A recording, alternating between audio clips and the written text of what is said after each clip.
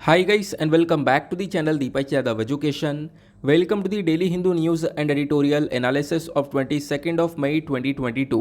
तो गाइस आज है तारीख 22 मई 2022 और है संडे। देखेंगे आज के द हिंदू कंप्लीट न्यूज़पेपर को। द हिंदू कंप्लीट न्यूज़पेपर को एनालाइज करेंगे, बट लेक्चर में आगे बढ़ने से पहले अगर आप लोग को इस लेक्चर का पीडीएफ चाहिए तो क्या करना है, सबसे पहले डाउनलोड करना है टेलीग्राम और फिर जाके सर्च बॉक्स में टाइप करना है Deepak Yadav education. As you can see guys आप लोग को ये वाला चैनल मिल जाएगा, इस पर क्लिक करना और जाकर इस चैनल को ज्वाइन कर लेना। देखो अगर आप लोगों को इस तरीके से ये चैनल नहीं मिलता है तो नीचे डिस्क्रिप्शन बॉक्स में पीडीएफ लिंक के नाम से एक लिंक दिया गया है, जैसे उस पर क्लिक करोगे ये चैनल ऑटोमेटिकली ओपन हो जाएगा, इसको जाके ज्वाइन कर लेना। ज्वाइन करने से फ़ायदा क्या होगा, यहाँ पर डेली बेसिस पर लेक्चर का पीडीएफ मिल जाता है, डेली करंट अफेयर के वीडियो का पीडीएफ मिल जाता है और डेली बेसिस पर बहुत सारे डिजिटल नोट्स मिल जाते हैं। नाउ बढ़ते हैं आगे बढ़ने से पहले हमेशा की तरह हम लोग अपने लेक्चर को एक मैप के क्वेश्चन के साथ में स्टार्ट करेंगे। तो आज आप सभी लोगों को मैप में जाकर देखना है लपटेव सी को कहाँ पर है ये एग्जैक्टली लोकेटेड, अच्छे से मैप में देखना। देन उसके बाद आकर नीचे कमेंट सेक्शन में टाइप करना, जिससे कि आप लोग इसको लंबे समय तक याद रख पाओगे। साथ ही साथ एक क्वेश्चन सॉल्व करेंगे जो कि यूपीएससी प्रीवियस ईयर साल 2017 के प्रीलिम्स में पूछा गया था। डेली बेसिस पर हम लोग यहाँ पर एक प्रीवियस ईयर क्वेश्चन को भी सॉल्व करते हैं। क्वेश्चन के अंदर ग्लोबल जेंडर गैप इंडेक्स को लेकर चर्चा की गई है कि ये जो इंडेक्स है इसके अंदर जो कंट्रीज़ की रैंकिंग को तैयार करता है वो कौन सी बॉडी है। ऑप्शन ए बोलता है World Economic Forum, option B United Nation Human Right Council, option C UN Women या फिर option D World Health Organization. तो इसका सही आंसर आप सभी लोगों को नीचे कमेंट सेक्शन में देना है। एटलीस्ट सभी को इसमें पार्टिसिपेट करना है, जैसा मैं आप लोगों से डेली बेसिस पर बोलता हूँ। बाय द वे इसका जो करेक्ट आंसर है वो मैंने आपको टेलीग्राम पर प्रोवाइड करवा दिया है, वहाँ से भी चेकआउट कर सकते हो। अदरवाइज़ वहाँ पर आंसर नहीं मिलता है तो भी कोई परेशान होने की ज़रूरत नहीं है, वीडियो के लास्ट में इसके करेक्ट आंसर का डिस्कशन हम लोग करेंगे। तो चलो शुरुआत करते हैं। यह है आज का सबसे पहला आर्टिकल जो कि पेज नंबर 1 के ऊपर मेंशन्ड आपको देखने को मिलेगा। हालांकि इस आर्टिकल में से कुछ भी ऐसी इंपॉर्टेंट इन्फॉर्मेशन नहीं निकलेगी जो कि आपके एग्जाम के पॉइंट ऑफ व्यू से रेलिवेंट हो। आर्टिकल में चर्चा की गई है कि अभी हमारी केंद्र सरकार ने जो पेट्रोल है और डीजल है इसके ऊपर जो एक्साइज ड्यूटी लगती है उसके अंदर कट डाउन किया, यानी कि आप कह सकते हो ये जो एक्साइज टैक्स है इसके ऊपर थोड़ी सी छूट दी गई है। जैसे बात करते हैं हम लोग यहाँ पर पेट्रोल की, तो पेट्रोल के ऊपर 8 रुपये प्रति लीटर के हिसाब से ये जो एक्साइज टैक्स है इसको कम किया है, और डीजल के ऊपर ये 6 रुपीज़ या फिर 6 रुपये प्रति लीटर के हिसाब से एक्साइज टैक्स को कम किया गया है सेंटर के थ्रू। और इसी के साथ साथ जो एलपीजी सिलेंडर्स होते हैं, आपको पता होगा जो हम लोग सिलेंडर्स का यूज़ करते हैं, इन सिलेंडर्स के ऊपर जो सब्सिडी है वो यहाँ पर सेट कर दी है 200 रुपये की। यानी आप सिलेंडर परचेज़ करोगे तो उसके बाद में सरकार उस सिलेंडर के ऊपर आपको 200 रुपये की सब्सिडी भी देगी। तो इस प्रकार का यहाँ पर चेंजेस होता हुआ नज़र आया है, इस आर्टिकल में ये बातें मेंशन की हैं। तो हमारी जो फाइनेंस मिनिस्टर हैं निर्मला सीतारमण जी, इन्होंने यहाँ पर ये सारी बातें कल बताई हैं। इन्होंने बोला कि देखो आज के टाइम पर जो इन्फ्लेशन है, जो महंगाई है वो बहुत ज़्यादा तेज़ी से बढ़ती हुई नज़र आ रही है, और इसी को देखते हुए यहाँ पर ये स्टेप उठाया गया है कि जो पेट्रोल और पेट्रोलियम प्रोडक्ट्स हैं इनके ऊपर ड्यूटी को कट किया गया, साथ ही साथ एलपीजी सिलेंडर के ऊपर 200 रुपये की सब्सिडी दी जा रही है। उसके साथ साथ इन्होंने यहाँ पर बताया कि कितने रुपए कट किए गए, तो मैंने आपको बता दिया। पेट्रोल के ऊपर 8 रुपये एक्साइज ड्यूटी को कट किया गया है और डीजल के ऊपर 6 रुपये से यहाँ पर इस ड्यूटी को कट किया गया है। फिर उसके बाद इन्होंने मेंशन किया कि देखो ये सारे काम इसलिए भी किए जा रहे हैं क्योंकि इन्फ्लेशन इतना ज़्यादा हाई हो चुका है कि जो रिटेल इन्फ्लेशन है वो अप्रैल के महीने में 7.8% के आसपास पहुंचा, यानी एक जो लिमिट है वो भी टूट चुकी है। आपको पता होगा इन्फ्लेशन की लिमिट क्या है। इन्फ्लेशन की लिमिट यहाँ पर हमने जैसे स्टार्टिंग से सेट कर रखी है, जो हमारा आरबीआई है, मॉनेटरी पॉलिसी कमेटी है, वो सब इन चीज़ों को यहाँ पर रेगुलेट करती है। तो उन्होंने एक टारगेट 4+-2 का रख रखा है, यानी कि जो महंगाई है वो ज़्यादा से ज़्यादा 6% की होनी चाहिए और कम से कम 2% की, ना 2% से कम हो ना 6% से ज़्यादा हो। इस प्रकार से यहाँ पर इन्फ्लेशन को लेकर चलना होता है, जिस प्रकार से टारगेट सेट किया गया था। लेकिन अभी ये लिमिट क्रॉस हो चुकी थी, जो महंगाई है वो 6% से भी ज़्यादा हमने देखी है अप्रैल के महीने में। तो उसी की वजह से यहाँ पर यह स्टेप उठाया गया है। साथ ही साथ यहाँ पर रिटेल और होलसेल इन्फ्लेशन दोनों के अंदर ही बहुत ज़्यादा तेज़ी से जो रेटिंग वो बढ़ती हुई नज़र आई है। ऑब्वियसली बात है, मतलब डायरेक्टली वापस से इसी चीज़ को लेकर बोला गया कि जो महंगाई है वो दोनों स्तर पर बढ़ती हुई नज़र आई है, इसी वजह से ये स्टेप्स उठाए गए हैं। साथ ही साथ यहाँ पर बोला गया कि हमारे प्राइम मिनिस्टर ने काफ़ी सारे राज्यों के ऊपर भी फोकस किया, उनके ऊपर जोर दिया। ऐसे राज्य जहाँ पर एनडीए की गवर्नमेंट नहीं है, नॉन एनडीए रूल्ड स्टेट्स, ठीक है, यानी कि बीजेपी की सरकार वहाँ पर नहीं है, तो उनसे भी बोला गया कि आप क्या करो, इन फ्यूल के ऊपर थोड़े बहुत ड्यूटीज़ को कट करो, जिससे कि यहाँ पर जो कॉमन मैन है, जो लोग हैं, उनको थोड़ा सा आराम मिल सके, थोड़ा सा उनको रिलीफ मिल सके। तो ये स्टेट से बोला गया था। तो पहले भी यहाँ पर आपको पता होगा, ये आर्टिकल हमने डिस्कस किया कि बहुत सारे स्टेट्स जिन्होंने नहीं मानी थी ये बात, उन्होंने बोला कि हमारा रेवेन्यू कैसे जनरेट होगा, हम लोग यहाँ पे कहाँ से अपनी इनकम को कमा पाएंगे, ठीक है। तो ये सारी बातें यहाँ पे बोली गई थी। हालांकि यहाँ पर आप देख पाओगे एक चीज़ ये भी है कि स्टेट्स का कहना ये भी है कि आप अगर हमें जीएसटी का जो कंपनसेशन है, क्योंकि आपको पता होगा जब गुड्स एंड सर्विस टैक्स को लाया गया था तो उस समय पर एक डील के तहत लाया गया था कि जो सेंट्रल गवर्नमेंट है वो स्टेट गवर्नमेंट को कंपनसेशन देगी, लेकिन कोविड वगैरह के बाद में चीज़ें बेकार हो चुकी थी, तो जीएसटी का कलेक्शन प्रॉपर हो नहीं पाया, तो यहाँ पे जो कंपनसेशन है वो काफ़ी सारा पेंडिंग पड़ रहा है, ठीक है। जो स्टेट्स हैं उनके पास में पूरा मुआवजा मिला नहीं है, तो स्टेट्स ने बोला पहले आप हमारा कंपनसेशन दे दो, तब तो हम सोचेंगे कि हाँ इन पेट्रोल के ऊपर जो चार्जेस वगैरह हैं, जो ड्यूटीज़ हैं, उनको कट कर दिया जाए। लेकिन अभी के लिए यहाँ पे नहीं सोच सकते, लेकिन कुछ स्टेट्स ने कट किया, कुछ स्टेट्स ने कट नहीं किया, उसके बारे में यहाँ पे मेंशन किया गया। साथ ही साथ यहाँ पर मेंशन ये किया गया कि अगर हम लोग इसको 2021 से कंपेयर करें तो नवंबर 2021 में भी ये पेट्रोल के ऊपर जो टैक्सेस वगैरह हैं वो कम करे गए थे। तो यहाँ पे बोला गया नवंबर 2021 में, पिछले साल की बात है, जो फ्यूल टैक्स है ये यहाँ पर 5 रुपये और 10 रुपये से यहाँ पे कम किए गए थे पेट्रोल और डीजल के ऊपर। ये आपको इस पैरा के अंदर देखने को मिलेगा, जिसकी वजह से हमारी सरकार को लगभग 1 लाख करोड़ रुपए का यहाँ पर आप कह सकते हो कि ये रेवेन्यू का लॉस हुआ था या रेवेन्यू जनरेशन नहीं हो पाया था। ये चीज़ें आपको देखने को मिल जाएंगी। तो ये इन्फॉर्मेशन मिली है। साथ ही साथ यहाँ पे बोला गया कि अभी फिर से वापस से स्टेट्स के ऊपर जोर दिया गया, यानी कि ये स्टेप तो हमारी केंद्र सरकार ने उठा लिया कि हाँ पेट्रोल के ऊपर थोड़े से टैक्स कट कर दिए और एलपीजी के ऊपर सब्सिडी देने के बारे में चर्चा कर दी।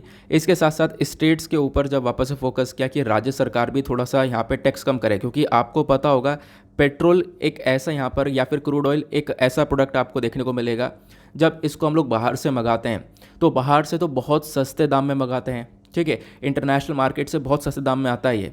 फिर उसके बाद में इंडिया के अंदर आकर इसके ऊपर काफ़ी सारे टैक्सेस लग जाते हैं।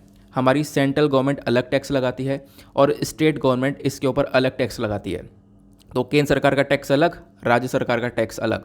इसी वजह से यहाँ पर पेट्रोल और ज़्यादा महंगा बन जाता है। तो यहाँ पर सेंटर ने टैक्स कम किया, सेंटर बोलता है कि स्टेट्स भी कम करें। तो स्टेट्स से जब कम करने को बोला तो यहाँ पर केरला सरकार निकल कर आ चुकी आगे।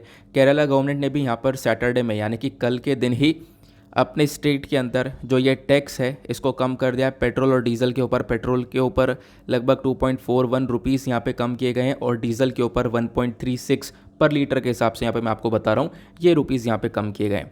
क्लियर हो गया। बाकी मैंने आपको सिलेंडर वाली जो यहाँ पे चर्चा है वो तो बता ही दी है कि जो सिलेंडर्स हैं, यानी जो एलपीजी सिलेंडर्स हैं, उसके ऊपर 200 रुपये का सब्सिडी। आप देख पाओगे बार बार रिपीट करी गई हैं चीज़ें, वैसे ही मैंने आपको यहाँ पर एग्जैक्टली बता दी हैं। क्लियर हुआ? आई होप आप लोगों को सारी बातें यहाँ पे पता चल चुकी हैं एग्जैक्टली यहाँ पर क्या क्या मेंशन किया गया है। अब इसको लेकर आने वाले टाइम पर और भी बहुत सारे आर्टिकल्स पब्लिश हो सकते हैं, तो ज़रूर इसके बारे में ज़रूर ध्यान से रखना। ओके, आगे चलते हैं।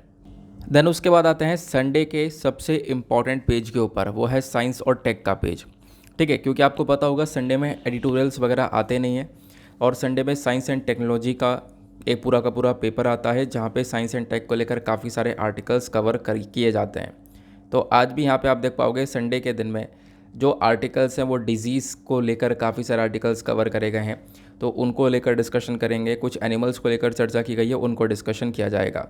सबसे पहला जो आर्टिकल आप लोग को यहाँ पे सामने दिख रहा है, यह बात करता है ब्लड प्रेशर के बारे में और साथ ही साथ हाइपरटेंशन के बारे में। कुछ दिन पहले ये आर्टिकल मैंने आपको कवर करवाया था, आपको याद होगा। इनफैक्ट परसों हम लोगों ने अपने करंट अफेयर के वीडियो में भी इसको कवर किया है। तो बोला जा रहा है यहाँ पे एक इनिशिएटिव के बारे में जिसका नाम है इंडिया हाइपरटेंशन कंट्रोल इनिशिएटिव। इस इनिशिएटिव को स्टार्ट किया गया था 2018 में। आज के टाइम पर ये 100 से ज़्यादा डिस्ट्रिक्ट्स के अंदर आपको काम करता हुआ नज़र आएगा, जो कि हाइपरटेंशन को कंट्रोल करने के बारे में चर्चा करता है। हाइपरटेंशन क्या होता है, कितना खतरनाक साबित हो सकता है, प्लस इसको कैसे हम लोग रोक सकते हैं, वो सारी इन्फॉर्मेशन यहाँ पर दी गई है। चलो एक एक करके मैं आपको थोड़ा और इंटरेस्टिंग वे में पिक्चर्स के थ्रू समझाता हूँ कि आखिरकार ये होता क्या है। जब हम लोग बात करते हैं हाइपरटेंशन की, तो हाइपरटेंशन एक ऐसी कंडीशन है जब बॉडी के अंदर ब्लड प्रेशर बहुत ज़्यादा हो जाता है। आपको पता होगा एक कंडीशन ऐसी होती है जब ब्लड प्रेशर बहुत ज़्यादा हो जाता है, दूसरी कंडीशन होती है ब्लड प्रेशर जब लो हो जाता है। जब ब्लड प्रेशर ज़्यादा हो जाता है तो उसको हम लोग बोलते हैं सिस्टोलिक, ब्लड प्रेशर कम हो जाता है तो यहाँ पर बोला जाता है डायस्टोलिक। अभी इसके बारे में बताऊंगा, लेकिन उससे पहले कुछ और इन्फॉर्मेशन है उसको समझो। एक नया प्रोजेक्ट है जिसका नाम है इंडिया हाइपरटेंशन कंट्रोल इनिशिएटिव। अभी इस प्रोजेक्ट ने बहुत सारे लोगों की यहाँ पर जान बचाने के ऊपर काम करना शुरू कर दिया है। 2018 से वर्किंग में, मैंने आपको ऑलरेडी बता दिया। यहाँ पे बोला यह जा रहा है कि अभी भी इसका टारगेट यह है कि बहुत सारे लोगों को आने वाले 10 साल के अंदर अंदर अगर 2.5 करोड़ 2.5 करोड़ इंडिविजुअल्स को हम लोग ब्लड प्रेशर को मैनेज करने में अगर सक्षम कर दें कि उन इंडिविजुअल्स के अंदर ब्लड प्रेशर को आखिरकार कंट्रोल कर लिया जाए, तो कम से कम इससे 5 लाख लोगों की जान बचाई जा सकती है। क्योंकि आज के टाइम पर ब्लड प्रेशर की सिचुएशन ऐसी भी है कि अगर ब्लड प्रेशर की एक लिमिट क्रॉस हो जाती है तो उसकी वजह से लोगों की जान चली जाती है। ये इतना खतरनाक है बॉडी के लिए, वो यहाँ पे बातें मेंशन की जा रही हैं। तो इतने सारे लोगों को, लगभग 2.5 करोड़ लोगों को अगर हम लोग ब्लड प्रेशर मैनेज करने में सक्सेसफुल हो जाते हैं तो इससे काफ़ी सारे लोगों की जान भी बचा सकते हैं आने वाले 10 साल में। तो इसको लेकर भी चर्चा की गई। नाउ अब ये जो ब्लड प्रेशर है, हाइपरटेंशन, इसका कनेक्शन क्या है मैंने आपको बता दिया। हाइपरटेंशन यहाँ पर वही है जब ब्लड प्रेशर बहुत ज़्यादा हाई हो जाता है। अब हाई ब्लड प्रेशर की वजह से क्या क्या हो सकता है? हाई ब्लड प्रेशर की वजह से सबसे पहली कंडीशन हार्ट फेलियर हो सकता है, हार्ट फेल हो सकता है, प्लस जो हार्ट डिजीज़ हैं, ठीक है, ये आप लोग देख पाओगे आज के टाइम पर हार्ट फेलियर की वजह से बहुत सारे हार्ट अटैक्स और स्ट्रोक्स वगैरह देखने को मिलते हैं। तो आप ये देख सकते हो कि एक जो बॉडी है, इस पूरे बॉडी की जो मेन मशीन है वो है हार्ट। अब हार्ट बीट कर रहा है, उसके बाद यहाँ पर पूरी बॉडी वर्क कर रही है। और अगर ब्लड प्रेशर की वजह से डायरेक्टली हार्ट ही फेल होगा, हार्ट अटैक की कंडीशन बनेगी या हार्ट स्ट्रोक्स होंगे, तो इससे क्या हो सकता है, डायरेक्टली यहाँ पर उस इंसान का यहाँ पर जीवन ख़त्म हो सकता है। तो यहाँ पे मेंशन ये किया गया कि जो हार्ट है वो डायरेक्टली यहाँ पे टारगेट बनता है इस हाइपरटेंशन का। अब क्वेश्चन ये है कि हाइपरटेंशन के अंदर क्या साइन और सिम्टम्स होते हैं, क्या लक्षण होते हैं। अगर कोई भी हाइपरटेंशन से सफ़र कर रहा है, ब्लड प्रेशर एकदम से बॉडी में ज़्यादा तेज़ हो चुका है, तो हार्ट बीट इरेगुलर हो जाती हैं, ऊपर नीचे होने लगती हैं, बेहोशी वाली सिचुएशन आ जाती है, थकान सी होने लगती है, प्लस यहाँ पे जो वॉमिटिंग है यानी कि उल्टियाँ होने लगती हैं, और उसके बाद यहाँ पे आप देख पाओगे नौसिया जैसी कंडीशंस भी यहाँ पर होने लगती हैं बॉडी के अंदर में। तो ये तो हो गए इसके साइन एंड सिम्टम। अब क्वेश्चन ये है क्या इसको ठीक किया जा सकता है, ठीक क्या, या फिर इसको रोका जा सकता है, यानी ब्लड प्रेशर को कंट्रोल करके रखो। कंट्रोल करने के लिए क्या क्या करना होगा, तो यहाँ पर कुछ स्टेप्स बताए हैं और डायरेक्टली वर्ल्ड हेल्थ ऑर्गेनाइजेशन ने बताए, WHO ने बताया है। ये डायरेक्टली जो डेटा है ये बहुत ज़्यादा हेल्प करेगा, ठीक है, इसको लाइफ में भी इम्प्लीमेंट कर सकते हो। तो ये जो आर्टिकल है ये पढ़ाई के साथ साथ अवेयरनेस के पॉइंट ऑफ व्यू से भी बेहद इंपॉर्टेंट है। यहाँ पे ब्लड प्रेशर को प्रिवेंट करने के लिए, इसको कंट्रोल करने के लिए सबसे पहली चीज़ करनी होगी, लाइफ के अंदर जो सॉल्ट है उसको डेली बेसिस पे 5 ग्राम से भी कम ऐड कर लो। यानी कि जो भी आप लोग यहाँ पे सॉल्ट वगैरह कंज्यूम करो, नमक को कंज्यूम कर रहे हो, तो उसको 5 ग्राम से थोड़ा सा कम लिया करो। उसके बाद यहाँ पे मेंशन किया गया फ्रूट्स और वेजिटेबल्स को रेगुलर बेसिस पर खाया जा सकता है, ठीक है, ग्रीन वेजिटेबल्स के ऊपर प्रॉपर फोकस किया जा सकता है। लेकिन हम लोग कर क्या रहे हैं आजकल, जो फ्रूट्स और वेजिटेबल्स हैं इनके ऊपर फोकस ना करके जो जंक फूड है उसके ऊपर ज़्यादा फोकस किया जा रहा है, सैचुरेटेड फैट, ट्रांस फैट के ऊपर ज़्यादा फोकस किया जा रहा है ना। तो यहाँ पर यह आपको थोड़ा सा लाइफस्टाइल के अंदर चेंज करना होगा अगर ब्लड प्रेशर को कंट्रोल करके चलना है। तो पहला स्टेप समझ में आ चुका है। दूसरा स्टेप यहाँ पे फ्रूट्स और वेजिटेबल्स को कंज्यूम करना है रेगुलर बेसिस पर। तीसरा स्टेप जंक फूड को पूरी तरह से अवॉइड कर देना है। उसके बाद चौथा स्टेप, यहाँ पे बहुत सारे लोग यहाँ पे क्या होता है टोबैको को एडिक्ट हैं, ठीक है, स्मोकिंग के एडिक्ट हैं, तो वो चीज़ें पूरी तरह से ख़त्म करनी है क्योंकि वो भी एक कारण बनती है हाइपरटेंशन का। उसके बाद में जो अल्कोहल है, बहुत सारा अल्कोहल कंजम्पशन होता है इंडिया के अंदर में। हमने यहाँ पर रिसेंट डेज में एक रिपोर्ट कवर करी थी, आपको याद होगा, ठीक है, मेन वीमेन दोनों के थ्रू यहाँ पे अल्कोहल कंजम्पशन बहुत ज़्यादा देखने को मिलता है, तो इसको यहाँ पे करना होगा बहुत ज़्यादा कम। प्लस लास्ट स्टेप बहुत इंपॉर्टेंट है, फिज़िकली एक्टिव होना बहुत ज़्यादा ज़रूरी है। हर रोज़ यहाँ पे कुछ ना कुछ वर्कआउट कर या फिर कैसे भी फिज़िकली एक्टिव होना इतना ज़्यादा इम्पॉर्टेंट बन जाता है। और अगर कुछ वर्कआउट वगैरह करते हो तो उससे भी यहाँ पर आपकी जो हार्ट बीट वगैरह वो थोड़ी देर के लिए तेज़ हो जाती है, जो कि आपके हेल्थ के लिए बहुत ज़्यादा अच्छा रहता है, जिसको हम लोग यहाँ पे कार्डियो वगैरह भी बोलते हैं, ठीक है। तो ये चीज़ें बताई गई कि इस तरीके से आप लोग यहाँ पे इन हाइपरटेंशन को प्रिवेंट कर सकते हो। तो ये सारी बातें मैंने आपको बताई दी हैं। करना क्या है, बॉडी का एक मेंटेन करके चलना, एक हेल्दी वेट। आज के टाइम पर बॉडी का जो वेट है वो लगातार बढ़ता जा रहा है। और आपको पता होगा रिसेंट डेज में अगेन लगभग मैंने शायद 27 अप्रैल को कवर किया है, कब कवर किया है आइडिया नहीं है, बट यहाँ पर एक दिन मैंने आपको बताया थंबनेल भी लगाया हुआ है कि नेशनल फैमिली हेल्थ सर्वे 5 की रिपोर्ट ये बोलती है भारत के अंदर जो ये फैट है यानी मोटापा है वो लगातार इंक्रीज़ होता हुआ नज़र आ रहा है। ठीक है, और वो इंक्रीज़ हो रहा है किस लिए? क्योंकि जंक फूड की तरफ जो लोग हैं वो थोड़े से ज़्यादा झुक चुके हैं। वेमेन मैन दोनों के अंदर ही ये ओबेसिटी इंक्रीज़ हो रही है। और सबसे मेजर इम्पॉर्टेंट चीज़ यह है कि अगर बॉडी को बीमारी से बचा के रखना है तो एक हेल्दी वेट को मेंटेन करना होगा, नहीं तो मोटापा जितना ज़्यादा होगा बॉडी के अंदर उतनी ज़्यादा बीमारियां बॉडी के अंदर लगती हुई नज़र आती हैं। क्लियर हुआ? तो वो सारी बातें आप लोग यहाँ पे देख पाओगे। अब हाइपरटेंशन को लेकर हम लोग चर्चा कर रहे थे, हमने देख लिया कि इसके क्या साइंस और सिम्टम्स हैं, कैसे प्रिवेंट किया जा सकता है। अब क्वेश्चन ये है ये जो ब्लड प्रेशर की कैटेगरी क्या क्या होती है? देखो, एक नॉर्मल होता है, फिर हाई ब्लड प्रेशर होता है, और हाई ब्लड प्रेशर की भी स्टेज 1 स्टेज 2 करके यहाँ पर देखने को मिलता है। तो जब यहाँ पे नॉर्मल ब्लड प्रेशर होगा तो 120 से कम होना चाहिए, वो एक नॉर्मल है। ठीक है, और यहाँ पर ये सिस्टोलिक वाला है, ये डायस्टोलिक वाला है। ठीक है, यानी यहाँ पे आप कह सकते हो कि ब्लड प्रेशर हाई और ब्लड प्रेशर लो की कंडीशन में कितना कितना होना चाहिए। ठीक है, तो यहाँ पर आप लोग देख पा रहे होंगे, अभी फ़िलहाल हम लोग सिस्टोलिक के बारे में चर्चा करें तो 120 से कम होना चाहिए, तब वो नॉर्मल कंडीशन है। और हाइपरटेंशन की कंडीशन तब बन जाती है जब यही ब्लड प्रेशर 140 से 140 से ऊपर हो जाए, या फिर हाइपर इंटेंसिव क्राइसिस क्रिएट हो जाता है कब? जब ये ब्लड प्रेशर 180 से भी ऊपर हो जाए। 180 से भी अगर ऊपर हो जाता है तो इसकी वजह से सब बॉडी पूरी चोक हो जाती है, हार्ट के अंदर एक तरीके से प्रॉब्लम्स क्रिएट होने लगती हैं और इंसान को इमीडिएटली डॉक्टर की आवश्यकता पड़ती है। क्लियर हुआ? यह हो गई सिचुएशन हाइपरटेंशन के बारे में। अब एक और पॉइंट आता है कि हाइपरटेंशन आज के टाइम पर कहाँ कहाँ पर सबसे ज़्यादा देखने को मिलेगा?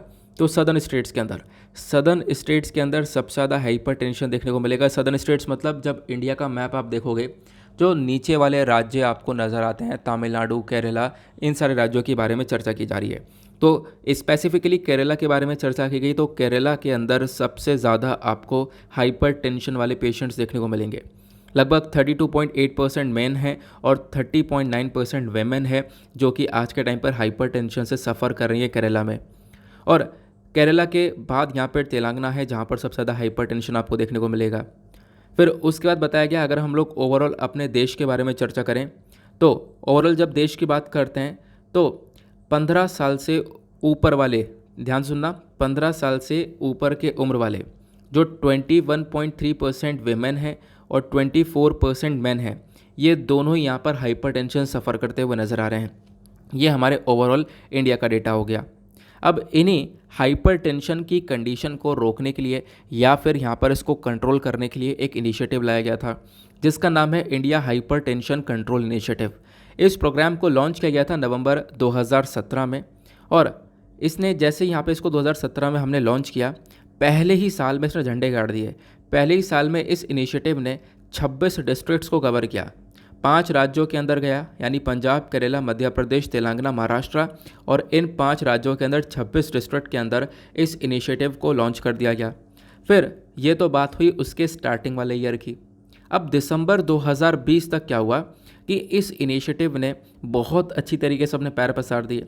लगभग आप कह सकते हो 10 राज्यों के अंदर जो 52 डिस्ट्रिक्ट्स है वहाँ तक ये इनिशिएटिव पहुँच चुका है, यानी आंध्र प्रदेश, छत्तीसगढ़, कर्नाटका, केरला, मध्य प्रदेश, महाराष्ट्र, पंजाब, तमिलनाडु, तेलंगाना और वेस्ट बंगाल, इन सभी स्टेट्स के अंदर इस इनिशिएटिव को चलाया जा रहा है। इस इनिशिएटिव का मेजर मकसद या फिर इसका मेजर फोकस मैंने आपको बता ही दिया है, हाइपरटेंशन को कंट्रोल करने का काम है। और जो हमारी हेल्थ मिनिस्ट्री है plus Indian council of medical research है, हमारी स्टेट गवर्नमेंट है, WHO है, इन सब ने मिलकर यहाँ पर एक 5 ईयर इनिशिएटिव भी चलाया है ताकि हम लोग हाइपरटेंशन को ठीक कर सकें। इंडिया ने एक गोल डिसाइड किया है, या फिर आप कह सकते हो इंडिया ने एक जिम्मेदारी ली है। जिम्मेदारी ये है कि हमें 25/25 का गोल अचीव करना है। अब आप कहोगे ये 25/25 यानी 25/25 है क्या? देखो, 25/25 का मकसद यह है कि इंडिया ने एक गोल सेट किया है कि हम लोग 2025 तक, ध्यान से सुनना, 25/25 का मतलब यह है कि 2025 तक 25% से नॉन कम्युनिकेबल डिजीज़ को हम लोग कम करेंगे। ठीक है, प्रीमेच्योर डेथ को हम लोग कम करेंगे, ये हमारा फोकस है। यानी 2025 तक 25% तक हमें ये सारी बीमारियां कम करनी है। क्योंकि प्रीमेच्योर डेथ एक ऐसी कंडीशन है, यानी कि समय से पहले, यानी उसकी मृत्यु का समय वो नहीं था लेकिन समय से पहले यहाँ पर उसकी मृत्यु हो गई है, उसको हम लोग प्रीमेच्योर डेथ बोलते हैं या प्रीमेच्योर मॉर्टेलिटी बोलते हैं। उसके बाद में जो नॉन कम्युनिकेबल डिजीज़ हैं, आपको पता है नॉन कम्युनिकेबल डिजीज़ कौन कौन सी होती हैं? हार्ट डिजीज़ होती हैं, डायबिटीज़ नॉन कम्युनिकेबल डिजीज़ है, सबसे ज़्यादा प्रॉब्लम या क्रिएट कर चुका है डायबिटीज़ आज के टाइम पर दुनिया भर में इनफैक्ट। उसके बाद कैंसर है, क्रोनिक लंग डिजीज़ हैं, ये सारे नॉन कम्युनिकेबल डिजीज़ है। होती कैसे हैं कि आप फिजिकली इनएक्टिव हो, अल्कोहल की मतलब एडिक्शन के अंदर हो, या फिर अनहेल्दी डाइट चल रही है, टोबैको का यूज़ हो रहा है, तो उसकी वजह से भी यहाँ पर ये नॉन कम्युनिकेबल डिजीज़ बॉडी के अंदर आ जाती हैं। क्लियर हुआ? तो ये सारी बातें हमें बताई गई हैं। आई होप आपको एक एक इन्फॉर्मेशन बहुत अच्छे से क्लियर हो चुकी है। क्या होता है हाइपरटेंशन, ज़िंदगी भर नहीं भूलोगे और जितनी भी इन्फॉर्मेशन है उसको लाइफ में ज़रूर इम्प्लीमेंट भी करोगे। अगले आर्टिकल पर आते हैं। नेक्स्ट आर्टिकल होने वाला है काफ़ी ज़्यादा इंपॉर्टेंट, ये आप लोग देख पाओगे। पहले छोटा सा आर्टिकल है यहीं साइंस एंड टेक पर, इसको डिस्कस करने वाले हैं। यहाँ पे चर्चा की गई है जो साइंटिस्ट हैं इन्होंने क्या किया है, इन्होंने बोला कि देखो जो वाइपर वेनोम होता है, यानी कि जो सांप है उसका जो जहर है, वाइपर का जो जहर आपको देखने को मिलेगा उसको न्यूट्रलाइज किया जा सकता है, यानी उस जहर से लड़ा जा सकता है। अब वो कैसे लड़ा जा सकता है उसके बारे में चर्चा करेंगे।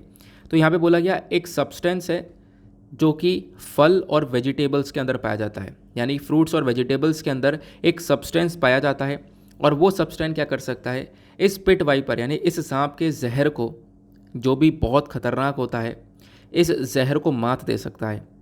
और ख़ास कर ये कौन से वाले सांप के बारे में चर्चा की जा रही है? देखो अगर हम लोग बात करें तो यहाँ पे साउथ अमेरिका के बारे में चर्चा की जा रही है। साउथ अमेरिका जहाँ पर Brazil, Bolivia, Peru, Colombia, Ecuador, Venezuela, Guyana, Suriname, French Guiana, Uruguay, Argentina, Chile, ये सारे देश देखने को मिलता है। मेरे हिसाब से पूरे हो गए साउथ अमेरिका के, शायद इतने ही हैं लेकिन इसके आसपास तो बहुत सारे आइलैंड्स वगैरह भी हैं। ठीक है, तो साउथ अमेरिका के अंदर ही यहाँ पर आपको जब देखते हो तो ब्राज़ील भी देखने को मिलेगा। ब्राज़ील एक बहुत बड़ा एरिया कैप्चर करता है जहाँ पर अमेज़न के फॉरेस्ट आपको देखने को मिलते हैं।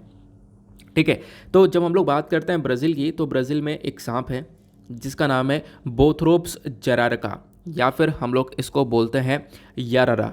ठीक है, तो बोथरोप्स जरारका या फिर यारारा के नाम से जाना जाता है। बोला गया कि पूरे साउथ अमेरिका के अंदर अगर हम लोग ब्राज़ील की बात करते हैं हम लोग, तो वहाँ पर लगभग 26,000 स्नेक बाइट की वजह से हर साल जान जा रही है। और इन जान के पीछे यहाँ पर इसी सांप का हाथ है या फिर इस सांप का जहर है। ठीक है, तो इतनी सारी जो डेथ हो रही हैं वो सब सांप के काटने की वजह से हो रही हैं, स्नेक बाइट की वजह से हो रही हैं। तो स्नेक बाइट को टैकल करने के लिए एक स्टडी कंडक्ट की जाती है ब्राज़ील के अंदर, और इस स्टडी को कंडक्ट किया जाता है किसके through? Sao Paulo's botanical institute and published in the journal Frontiers in the pharmacology. तो इन्होंने यहाँ पर स्टडी करी और साथ साथ यहाँ पर स्टडी को पब्लिश कर दिया, और इन्होंने यहाँ पर यह बताया कि जो कंपाउंड रूटिन है, ये एक सब्सटेंस है, कंपाउंड रूटिन का एक मॉडिफाइड जो वर्जन निकल कर आता है, ये कहीं ना कहीं इस सांप के जहर को डिले कर सकता है, सांप के जहर को टैकल कर सकता है। ठीक है, अभी जो कंपाउंड रिटिन है ये किस में मिलता है? ये हमें वेजिटेबल्स और फ्रूट से मिल जाएगा। ठीक है, और जो हमारा एप्पल होता है उसका जो ऊपर का छिलका होता है उसमें मिल जाएगा, बहुत सारी जगह पर यहाँ पर मिलता है। तो एक सब्सटेंस, जिस सब्सटेंस की हम लोग बात कर रहे थे वो है कंपाउंड रूटिन, या रूटिन के नाम से जान सकते हो। ये वाटर सॉल्यूबल है, पानी में घुलने वाला है। ठीक है, तो ये क्या कर सकता है? सांप के जहर को थोड़ा सा डिले कर सकता है। अच्छा, ये तो हमने इन्फॉर्मेशन कवर कर ली, बस इतना ही ध्यान रखना है। इसके अलावा तो देखो आप कुछ है भी नहीं इस आर्टिकल के अंदर, ये छोटा सा ही आर्टिकल है, नन्हा सा। अब हम लोग यहाँ पर इस आर्टिकल को लेकर थोड़ा सा और डिटेल से एनालिसिस करते हैं। ये तो मैंने आपको बताया कि साउथ अमेरिका की स्नेक बाइट को लेकर, और आज से 1.5 महीने पहले मैंने आपको इंडिया के स्नेक बाइट को लेकर चर्चा की थी कि इंडिया के अंदर स्नेक बाइट को लेकर क्या हालात आपको देखने को मिलते हैं। तो मैं आपको चलो वो भी बताता हूँ। थोड़ा सा आप लोग स्क्रीन पर नीचे की साइड देखो, बहुत हेल्प मिलेगी, ये चीज़ भी आपकी रिवाइज हो जाएगी। ये तो हमने साउथ अमेरिका को लेकर चर्चा कर ली, लेकिन आपसे जब क्वेश्चन बनेगा मेंस में, ठीक है, या फिर प्रीलिम्स में, तो आपको इंडिया के पर्सपेक्टिव से ही पूछा जाएगा। तो ये आर्टिकल जीएस पेपर 2 हेल्थ से रिलेट कर पाओगे। तो अगर हम लोग बात करें इंडिया की, तो एक नई स्टडी करी गई है ICMR के थ्रू। ICMR क्या है? Indian council of medical research. इन्होंने स्टडी करी और बताया कि भारत के अंदर अगर हम लोग पूरे दुनिया में कंपैरिजन करें तो भारत एक ऐसी कंट्री है जहां पर सबसे ज़्यादा स्नेक बाइट केसेस निकल कर आते हैं। यानी सांप के काटने से जो लोगों की मृत्यु हो जाती है, इस प्रकार के केसेस सबसे ज़्यादा भारत के अंदर आते हैं। और इसी केस की कैपिटल भी इंडिया को बोला जाता है, क्योंकि यहाँ पे दुनिया भर के अंदर जितने भी स्नेक बाइट की वजह से डेथ हो रही है, उसकी 50% डेथ सिर्फ और सिर्फ इंडिया के अंदर हो रही है। तो ये इतना खतरनाक है स्नेक बाइट एनवेनमिंग मतलब यहाँ पर वही उसका जहर हो गया। तो यहाँ पे इसको समझा आपने। अब यहाँ पे बोला गया कि ये जो डिजीज़ है, डिजीज़ कह रहा हूँ, ये जो एक तरीके से खतरा है, ये जो सांप के काटने से जहर फैल रहा है, ये बेसिकली WHO ने बोला है ये एक high priority neglected tropical disease है। मतलब कि इसके ऊपर इतना ध्यान नहीं दिया जा रहा, और आप कह सकते हो ध्यान नहीं दे रहे हैं, उसके बावजूद इस पर बहुत सारे लोगों की जान जा रही है इसकी वजह से। तो इस पर ध्यान देने की आवश्यकता है, लेकिन जिस पे ध्यान बिल्कुल भी नहीं दिया जा रहा है। नेग्लेक्टेड ट्रॉपिकल डिजीज़ ऐसी और भी बहुत सारी आपको बीमारियां देखने को मिलती हैं, ठीक है। बहुत सारी बीमारियां निकल कर आती हैं जिसके ऊपर प्रॉपरली ध्यान नहीं दिया जा रहा है, और जिसकी वजह से काफ़ी सारे लोगों की मृत्यु हो रही है। तो WHO ने इसको इस वाली कैटेगरी के अंदर रखा।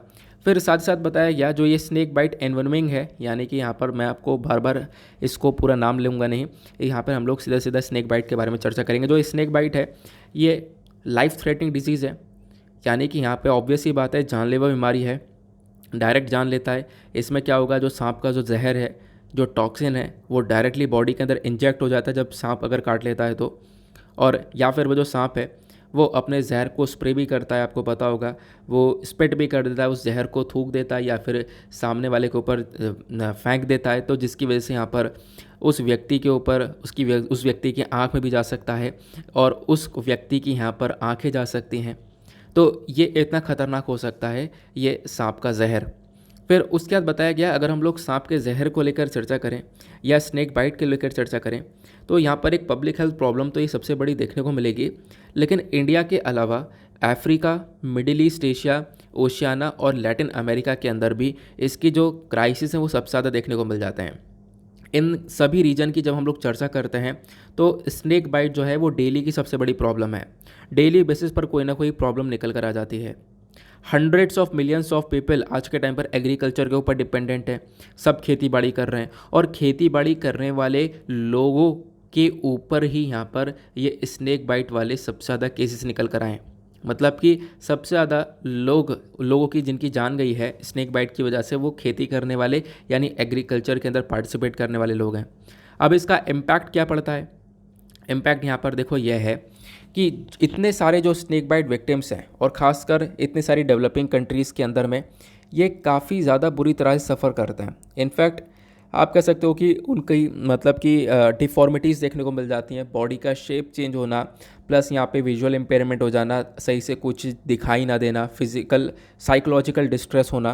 तो ये सारी प्रॉब्लम्स आज के टाइम पर क्रिएट होती हुई नज़र आती हैं। इसका इम्पैक्ट ये पड़ता है, बहुत तरीके से बुरा इम्पैक्ट पड़ता है बॉडी के ऊपर इस स्नेक बाइट की वजह से। अब बात करते हैं डेथ के बारे में कि हाँ कितने लोगों की जान जा रही है एग्जैक्टली। अगर हम लोग दुनिया भर में चर्चा करें तो लगभग 5.4 मिलियन स्नेक बाइट जो है वो हर साल होता है। मतलब हर साल आप कह सकते हो कि इतने सारे केसेस निकल कर आते हैं स्नेक बाइट के। तो 5.4 मिलियन केसेस निकल कर आए, जिसमें से 1.8 से लेकर 2.7 मिलियन केसेस यहाँ पर स्नेक बाइट एनवेनोमिंग के निकल कर आते हैं, ठीक है, जहाँ पे जहर काफ़ी तेज़ी से फैल जाता है। और यहाँ पे अगर हम लोग बात करें तो ये जो केसेस हैं, इन केसेस के अंदर कुछ सिचुएशन ऐसी होती है कि सांप के काटने की वजह से लोगों के अंदर डिसेबिलिटी हो जाती है, लोग अपाहिज से हो जाते हैं, परमानेंट डिसेबिलिटी क्रिएट हो जाती है। तो जितने भी यहाँ पर मैंने आपको ऊपर नंबरिंग बताई है, इनमें से लगभग 81,000 से लेकर 1,40,000 के आसपास डेथ हो जाती हैं। प्लस यहाँ पे 3 गुना ज़्यादा जो लोग हैं वो परमानेंट डिसेबल हो जाते हैं इस स्नेक बाइट की वजह से।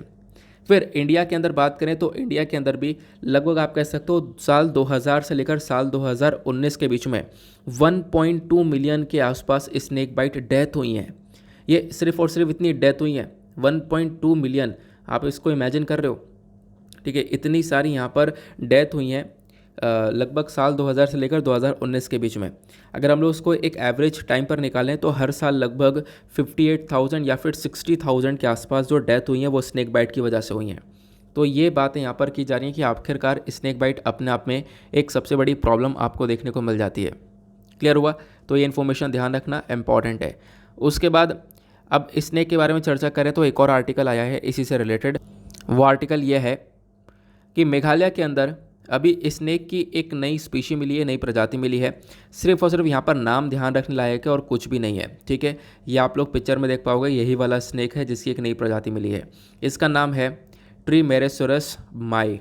ये आप लोग एग्जैक्टली इसका नाम देख पाओगे, ठीक है। तो नाम बस खाली इतना ही पढ़ना, इसके अलावा इस आर्टिकल में और कुछ भी आपको मिलेगा भी नहीं। बोला जा रहा है कि हाँ जहरीला सांप है जिसकी जो भी एक नई प्रजाति मिली है, कहाँ पर? मेघालय के अंदर में, बस। लेकिन इस आर्टिकल के अंदर ही मैंने एक छोटा सा क्वेश्चन लगाया है। मैं चाहूँगा कि इस क्वेश्चन का आंसर आप सभी लोग नीचे कमेंट सेक्शन में दो। इस क्वेश्चन को यूपीएससी ने 1995 में पूछा था। क्वेश्चन बहुत सिंपल सा है। यहाँ पे बोला गया only snake that builds a nest, यानी कि इकलौता एक ऐसा सांप है जो कि अपने घोंसले को बनाता है। वो कौन सा है? Option A chain viper, option B king cobra, option C krait, option D saw scaled viper. तो इसका सही आंसर नीचे कमेंट सेक्शन में टाइप करो। सभी लोग यहाँ पे पार्टिसिपेट करने की कोशिश करना, ओके। बाकी अगर हम लोग बात करें, अभी तो हम साइंस एंड टेक पर थे, ठीक है। ये आर्टिकल हम डिस्कस करें, फिर उसके बाद अभी ये वाला आर्टिकल के अंदर मंकी पॉक्स को लेकर चर्चा की गई है। मंकी पॉक्स के बारे में हमने काफ़ी बार पढ़ रखा है, इसको थोड़ी देर बाद डिस्कस करेंगे। उससे पहले एक आर्टिकल आपको ये देखने को मिलेगा। यहाँ पे बात यही है कोविड-19 के बारे में। कोविड-19 या SARS-CoV-2 ये कहाँ से आया किसी को नहीं पता। हमें पता है कि यहाँ चाइना से निकल कर आया है ना, हमें ये बात पता है। लेकिन यहाँ पे जो आर्टिकल लिखा गया है, इस आर्टिकल के अंदर मेंशन किया गया है ये जो वायरस है ये चमगादड़ से निकला है या पेंगोलिन से निकला है। आपको पता होगा एक टाइम पर इसको लेकर भी काफ़ी विवाद था कि पेंगोलिन में से निकला है या चमगादड़ में से निकला है। तो देखो दोनों के अंदर ही इस प्रकार का ये वायरस है, लेकिन इन दोनों वायरस के बीच में एक डिफरेंस है। उसी डिफरेंस को पढ़ेंगे और फिर उसके बाद लास्ट में हम लोग पता लगाएंगे कि आखिरकार पेंगोलिन है या फिर बैट है, ठीक है। पेंगोलिन है या फिर चमगादड़ है, किसकी वजह से यहाँ पर ये वायरस निकलता हुआ नजर आया है। तो इसको लेकर एक आर्टिकल पब्लिश हुआ। देखो बोला ये जा रहा है कि कोरोना वायरस को लेकर लंबे समय से डिबेट हो रही है, इसका ओरिजिन कैसे हुआ, कैसे ये पैदा हुआ, क्योंकि दुनिया भर में इसने हाहाकार मचाया। दुनिया भर की इकॉनमी वगैरह आज के टाइम पर डाउन हो चुकी है। दुनिया भर मतलब पूरी दुनिया काफ़ी पीछे हो चुकी है अपने टाइम पीरियड से, सिर्फ और सिर्फ कोविड-19 पैंडेमिक की वजह से। तो ओरिजिन इसका कहाँ से हुआ, इसको लेकर हमेशा से ही एक कॉन्फ्लिक्ट सा रहा है। यहाँ पे देखो बहुत सारे इंडिकेटर्स जो कि सजेस्ट ये करते हैं, बहुत सारी चीज़ें हैं जो कि ये बात करती हैं। ये जो कोविड-19 है ये चमगादड़ से निकल कर आया है, चमगादड़ से इंसान में आया और फिर इंसान से इंसानों में फैलने लगा। ये एक इमीडिएट होस्ट है, ऐसा यहाँ पर बोला जा रहा है। लेकिन एक तरफ यहाँ पर बोला ये भी जाता है कि जो वायरस है ये चाइना की Wuhan institute of virology lab से निकल कर आया है, वहाँ से ये लीक हुआ है, ठीक है। तो ये भी यहाँ पे बोला जाता है। तो अलग अलग पहलू यहाँ पर दिए गए हैं। देखिए बैट वाला ये हो गया और यहाँ पे लैब वाले के बारे में चर्चा यहाँ पे की गई है। फिर उसके बाद इन्होंने मेंशन किया ये लैब का जो लीक हुआ मामला है ये पहले भी हुआ है, यानी लैब लीक वाला जो इंसिडेंट है ये पास्ट में भी हुआ है, लगभग साल 2004 में हुआ था। लेकिन उस समय पर ज़्यादा कुछ फैला नहीं था, इसको कंट्रोल कर लिया गया था। लेकिन अब की बार जब ये SARS-CoV-2 फैला है तो दुनिया भर में फैल चुका और उसने एक पेंडेमिक, एक महामारी क्रिएट कर दी है, ये इन्होंने मेंशन किया। देन उसके बाद यहाँ पर ये बात करते हैं कि चलो पता लगाते हैं ये वायरस कैसे ओरिजिन हुआ होगा। ऑथर ने यहाँ पे बोला कि जो SARS-CoV-2 वायरस है, ठीक है, कौन सा वाला, जो कि आज के टाइम पर फैला पड़ा है कोरोना वाला, ठीक है। तो SARS-CoV-2 वायरस है ये बिल्कुल सिमिलर है, बिल्कुल एक समान लगता है RATG13 कोरोना वायरस के साथ में। तो कोरोना वायरस अलग अलग है, एक हो गया SARS-CoV-2 जो कि आज के टाइम पर फैला हुआ है, एक दूसरा है रैट करके आप लोग पढ़ सकते हो, RATG13, ठीक है। तो ये भी कोरोना वायरस है। अब जो RATG13 है ये यहाँ पर ये भी बैट के अंदर पाया जाता है, चमगादड़ों के अंदर पाया जाता है। लेकिन बोला गया जो इन दोनों की जीन है, ठीक है, अलग अलग जीन होते हैं, आपको पता होगा वायरसेस के। तो इन दोनों के जो जीन हैं वो उनके अंदर सिमिलैरिटी बहुत ज़्यादा है, लगभग 96% तक इन दोनों वायरस में काफ़ी हद तक समानता नज़र आती है, ऐसा बोला गया। लेकिन एक चीज़ और बोली गई, यहाँ पे ये बोला गया कि देखो पेंगोलिन को लेकर भी एक बार में चर्चा की जा रही थी। पेंगोलिन क्या होता है, तो पेंगोलिन आपको इस प्रकार से जानवर देखने को मिलता है जिसके ऊपर कांटे से ये नज़र आ रहे हैं, ठीक है, ये है पेंगोलिन। तो यहाँ पे बोला गया कि ये जो पेंगोलिन है, पेंगोलिन के अंदर भी जो ये वायरस है वो आपको RATG वाला देखने को मिलेगा। बोला ये जा रहा है कि जो SARS-CoV-2 है यानी कि कोरोना वायरस वाला जो वायरस है प्लस पेंगोलिन के अंदर जो ये वायरस है, इन दोनों के अंदर काफ़ी सारी सिमिलैरिटीज़ आपको नज़र आती हैं। दोनों के जीनोम के बारे में अगर हम लोग चर्चा करते हैं, जीन के बारे में चर्चा करते हैं, तो दोनों में काफ़ी हद तक समानता सी नज़र आती है, ये यहाँ पे बोला गया। बहुत सारी स्टडीज़ ने पब्लिश किया कि दोनों यानी कि पैंगोलिन और बैट यानी चमगादड़ और ये जो पैंगोलिन है, इन दोनों के बीच में यहाँ पर जो वायरस है इन दोनों के अंदर में वो सिमिलर सा नज़र आया है। इन दोनों ही कोरोना वायरस के बीच में काफ़ी सारी समानताएं हैं। इसको लेकर एक डेटा पब्लिश वगैरह कर दिया गया है आई साइंस के ऊपर। फिर कुछ रिसर्चर्स हैं Beijing university of chemical technology से, इन्होंने यहाँ पर इन चीज़ों को स्टडी किया और इन्होंने यहाँ पर स्टडी कैसे करी है मैं आपको समझाता हूँ थोड़ा सा। इन्होंने यहाँ पर पेंगोलिन के कोरोना वायरस के बारे में समझाया और ये चमगादड़ के कोरोना वायरस के बारे में समझाया कि इन दोनों के बीच में क्या क्या डिफरेंस हो सकता है। तो यहाँ पे एक सीरियन गोल्डन हैमस्टर है, ठीक है, आप कह सकते हो एक और जानवर हो गया जिसको इन्फेक्ट किया गया इस वायरस से, ठीक है। तो एक हैमस्टर को इन्फेक्ट किया गया इस पैंगोलिन वाले वायरस से और एक हैमस्टर को इन्फेक्ट किया गया इस चमगादड़ वाले वायरस से, और दोनों के बीच में यहाँ पे डिफरेंस देखने को मिला। यहाँ पे डिफरेंस ये पता चलता है कि देखो दोनों के अंदर तो पहली बात सिमिलर सी चीज़ें नज़र आ रही थी, लेकिन डिफरेंस कहाँ कहाँ पर क्रिएट हुआ उसको हम लोग समझते हैं। डिफरेंस यहाँ पे क्रिएट हुआ कि जो चमगादड़ वाला वायरस था, उस वायरस की वजह से क्या हुआ, उस हैमस्टर का वज़न बहुत तेज़ी से कम हो गया, ठीक है। और पिछले मतलब स्टार्टिंग के 5 दिनों के अंदर ही वज़न कम हो गया। लेकिन जो पैंगोलिन से निकला हुआ वायरस था, जिसके वायरस से हमने हैमस्टर को इन्फेक्ट किया था, उस हैमस्टर के ऊपर कोई ज़्यादा इफेक्ट नहीं पड़ा, उसका कोई भी बॉडी का लॉस वगैरह नहीं हुआ। लेकिन चमगादड़ की वजह से बॉडी का लॉस हुआ, चमगादड़ के वायरस की वजह से थोड़ी सी सिचुएशन ख़राब हुई, ये यहाँ पर बोला गया। फिर उसके बाद यहाँ पर उन्होंने एक और डिफरेंस ऐड किया। एक और डिफरेंस यहाँ पर उन्होंने ये बोला कि जब हम लोग बात करते हैं पैंगोलिन वायरस की, तो पैंगोलिन वायरस एरोजोल के थ्रू स्प्रेड नहीं होता, यानी कि कोई बोल रहा है तो मुंह से थूक निकल रहा है, मुंह से सलाइवा निकल रहा है, थोड़ा बहुत यहाँ पे छोटे छोटे पार्टिकल्स निकल रहे हैं। तो जो कोविड-19 था हमने देखा कि वो एरोजोल के थ्रू भी ट्रांसमिट हो रहा था, और जो चमगादड़ वाला वायरस है वो एरोजोल के थ्रू भी ट्रांसमिट हो रहा है, ठीक है, उस स्पीड के थ्रू भी ट्रांसमिट हो रहा है। लेकिन जो पैंगोलिन से निकला हुआ वायरस है वो एरोजोल के थ्रू ट्रांसमिट नहीं हो रहा है, ये यहाँ पे बोला गया, ठीक है, उसके थ्रू यहाँ पर वो फैल नहीं रहा है। तो एक डिफरेंस यहाँ पे ये पता चलता है। फिर उसके बाद ये एक और डिफरेंस बताते हैं। एक थर्ड डिफरेंस यहाँ पर उन्होंने ये बोला कि आप जब हैमस्टर को देखोगे जिसके ऊपर ये वायरस से इन्फेक्ट किया गया था, एक तरफ पैंगोलिन का वायरस से इन्फेक्ट किया गया, दूसरी तरफ यहाँ पर कोरोना वायरस यानी वही जो बैट से निकला हुआ वायरस है उससे इन्फेक्ट किया गया। जब हम लोगों ने इसको इन्फेक्ट किया तो यहाँ पे पता ये चलता है कि देखो, सबसे पहली बात पता ये चला कि जो चमगादड़ से निकला हुआ वायरस है वो कहीं ना कहीं 2.5 टाइम यानी कि 2.5 गुना ज़्यादा खतरनाक है पैंगोलिन से निकले वाले वायरस से। तो पैंगोलिन वाले वायरस से कहीं ना कहीं ज़्यादा खतरनाक आपको चमगादड़ वाला देखने को मिल जाएगा, ये यहाँ पर मेंशन किया गया।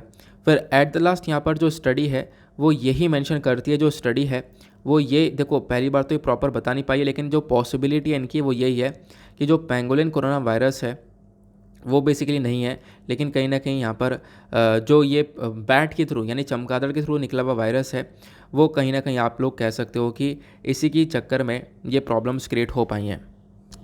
तो अभी इन्होंने मेंशन किया कि देखो अभी तो यहाँ पर पता ये चलता है इन सब स्टडीज़ के बाद कि पैंगोलिन वाला वायरस नहीं है, ये चमगादड़ वाला वायरस है, लेकिन हो सकता है कि आने वाले टाइम पर फ्यूचर में ये जो पैंगोलिन का वायरस है ये भी बुरी तरह से अफेक्ट करे।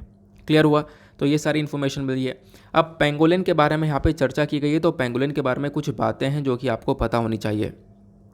देखो इंडिया के अंदर बात करें पैंगोलिन की तो आपको यहाँ पे 8 प्रजातियाँ देखने को मिलती हैं। तो 8 प्रजातियों में से जो टोटल 8 प्रजातियाँ पैंगोलिन की, उसमें से भारत के अंदर कौन कौन सी पाई जाती हैं? इंडियन पैंगोलिन जिसका साइंटिफिक नेम है मैनिस क्रैसी कर्डेटा। उसके बाद आता है एक चाइनीज़ पैंगोलिन।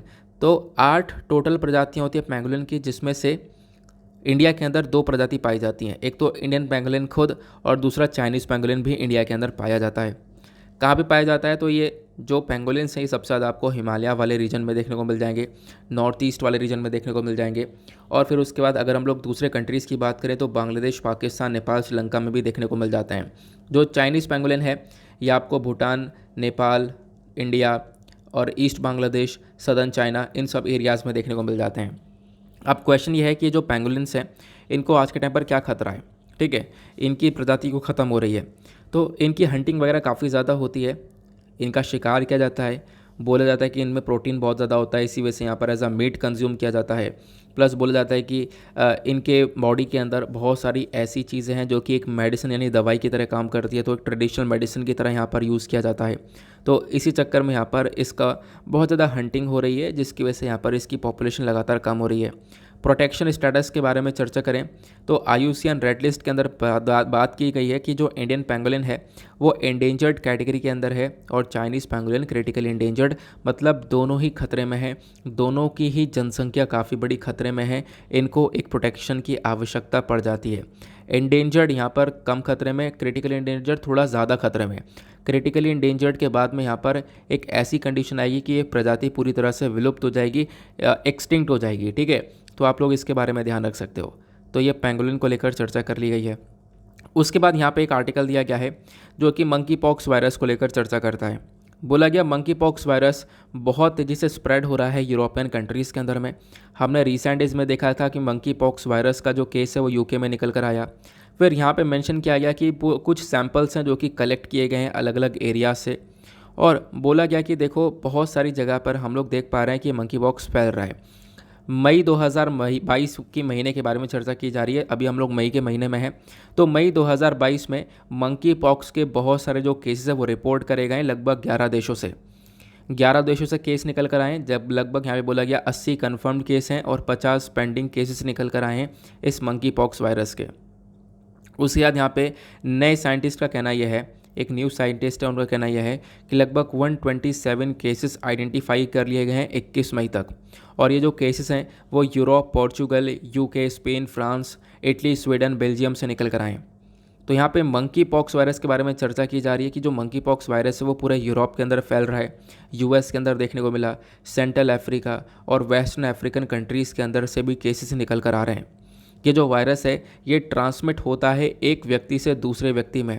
अगर ये जो व्यक्ति आपस में कांटेक्ट करें, ठीक है, कोई रेस्पिरेटरी ड्रॉपलेट्स के थ्रू कांटेक्ट हो जाए या फिर कोई आपस में यहाँ पर कॉन्टेक्शन होता है तो उसकी वजह से दोनों के बीच में फैल जाता है, ठीक है। तो मतलब कि खतरनाक है ये, जानवर से इंसान में फैला और इंसान से भी इंसान में फैल सकता है जब दो व्यक्ति आपस में काफ़ी क्लोज कांटेक्ट में आ जाएं तो यहाँ पे मेंशन किया गया कि भाई लगातार ये फैलता हुआ नज़र आ रहा है मंकी पॉक्स वायरस।